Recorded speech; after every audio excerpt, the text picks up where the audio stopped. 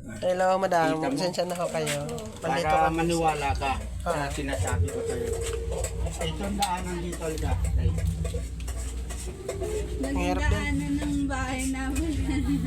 Walang problema ho, madam. Pasensya na po kayo, nakarating nga ako dito. Si tatay kasi nakilala namin na kanina kasi siya, doon sa tabi na nahirapan din, di ba? Hindi na siya makalakad. Ayun. Kaya nag-ano po yan si tatay sa buhangin eh.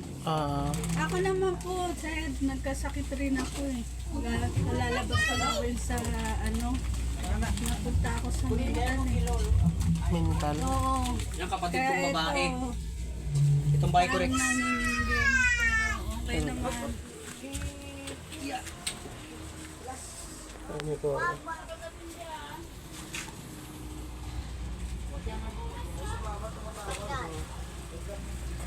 Asawa niyo ho, madam. Sa Batangas po, Sir. Grabe ka naman, wag ka na mag-share para sa tayo mahirap. Para sa tayo mahirap. Ngayon, pinupunta ka ba ng asawa niya? Hindi na. Hindi naman Pinupuntahan pa ba kayo? Tinutulungan lang. Pinapadala lang. Papadalaan lang. Pagka may pera, kasi may, ano rin naman doon yun eh. May pamilya din. Andun yung tatlong anak niya, pinag-aaral. Kayo, madam, maraming salamat eh. Welcome ako sa inyo dito. Tay, halika. Sige tayo. Para makita mo. Oh baby, how are you?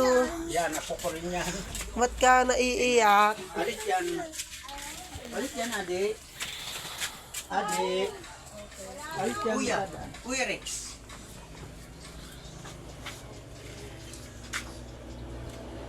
Tatay oh, walang tsineras. Ayan. Tay, ito highway na ba to sa Oh, inyo? ayan, daanan ng bibi ba? Okay, good. Malapit na yung highway pala dito. Ito, tanda mo. Oo, tay. Halika, tanda mo rito. Tindahan yan para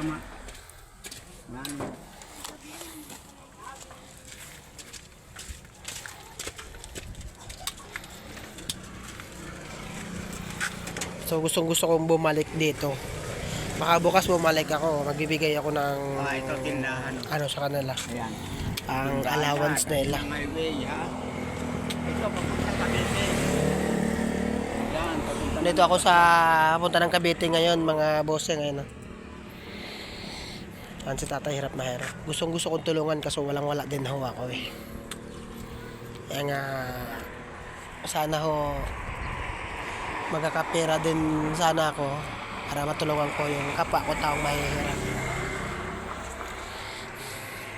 Kaya nga tayo, mainit na ho. Baka dyan na ho kaya. ko rin.